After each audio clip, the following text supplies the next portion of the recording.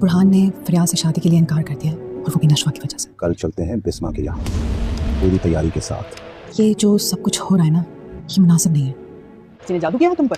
मुझ पर कोई जादू नहीं कर सकता माँ जी, मेरे पास हर जादू का तोड़ है। बिस्मा की आसिम से शादी के बाद बख्तियार की हालत एक खिसियानी बिल्ली जैसी हो चुकी है और उसकी पूरी कोशिश है कि वो इन्हें किसी भी तरह नीचा दिखाए या इनकी बेटी को तकलीफ पहुंचाए या कोई ऐसा अमल करे जिससे इन सबको बहुत तकलीफ हो। नशवा को तो वो पहले ही अपने बेटे से शादी पर राजी कर चुका है और वो अपनी अम्मा से कहता हुआ नजर आएगा कि अब हम कल शाम को चलते हैं बिस्मा की तरफ, और वो भी पूरी तैयारी के साथ।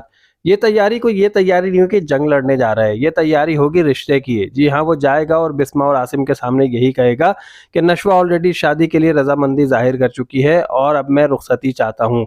तो वो इस तरह की तैयारी के साथ जाएगा। यहाँ पर बिस्मा को बहुत तकलीफ होगी क्योंकि बिस्मा को तो ये बात पता ही नहीं है कि उसकी शादी उसके बेटे से होगी और बाकी की जिंदगी उसकी कैसे गुजरेगी, ये बिस्मा से बेहतर कौन जान सकता है। जबकि दूसरी तरफ बुरहान ने भी फरियाल से शादी की पेशकश को ठुकरा दिया है और रिश्ते से इनकार कर दिया है, और वो भी सिर्फ नशवा की वजह से।